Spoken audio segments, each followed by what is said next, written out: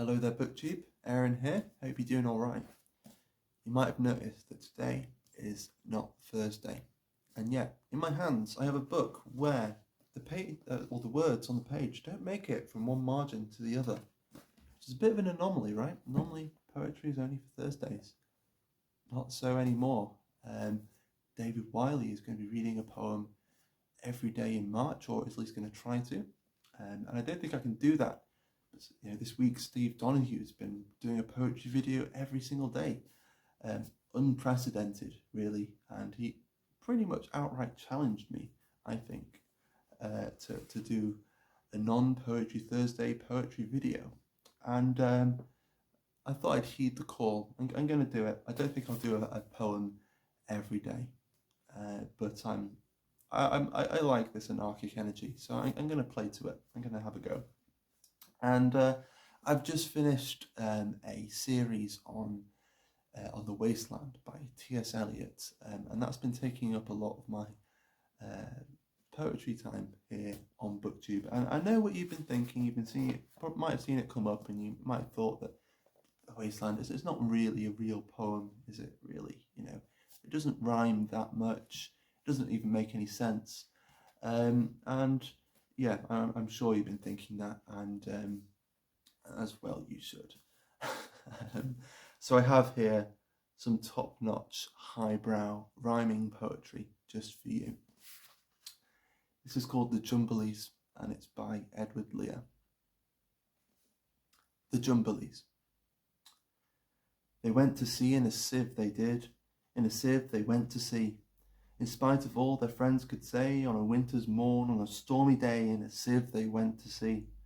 And when the sieve turned round and round, and everyone cried, "You'll all be drowned," they called aloud, "Our sieve ain't big, but we don't care a button, we don't care a fiv, in a sieve we'll go to sea." Far and few are the lands where the Jumblies live.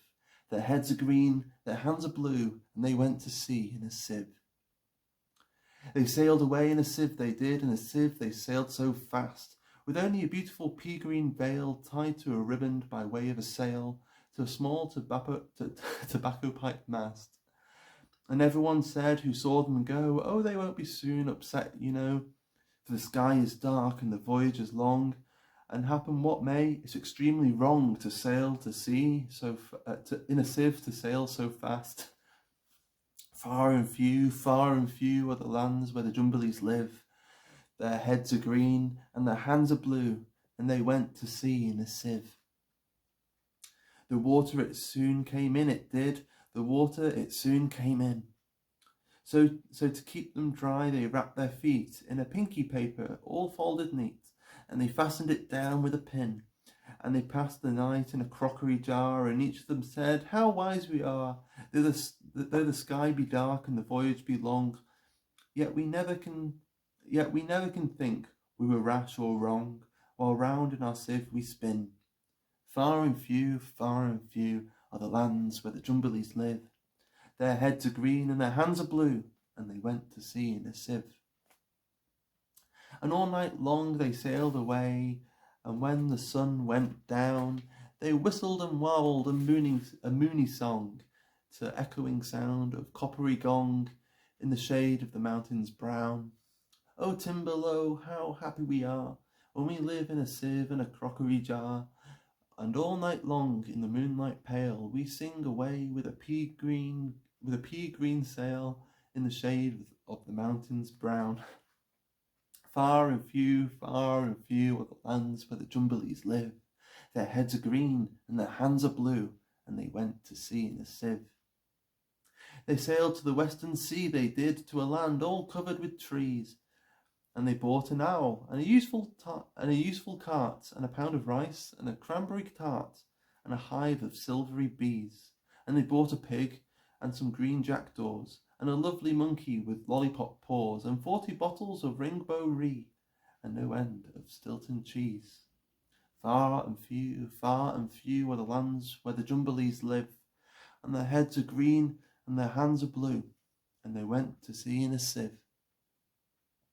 And in 20 years they all came back, in 20 years or more, And everyone said how tall they've grown, for they've been to the lakes and the torrible zone and the hills of the Chankly Boar. And they drank their health and gave them a feast of dumplings made of beautiful yeast. And everyone said, if we only live, we too will go to sea in a sieve, to the hills of Chankly Boar. Far and few are the lands where the Jumblies live. Their heads are green and their hands are blue, and they went to sea in a sieve. So there we go. There's some top-notch highbrow poetry for you. All joking aside, I actually really love Edward Lear. Yeah, there we go. There's a little bit of anarchic energy for you, and I'll be back for some other random video soon. All right, bye.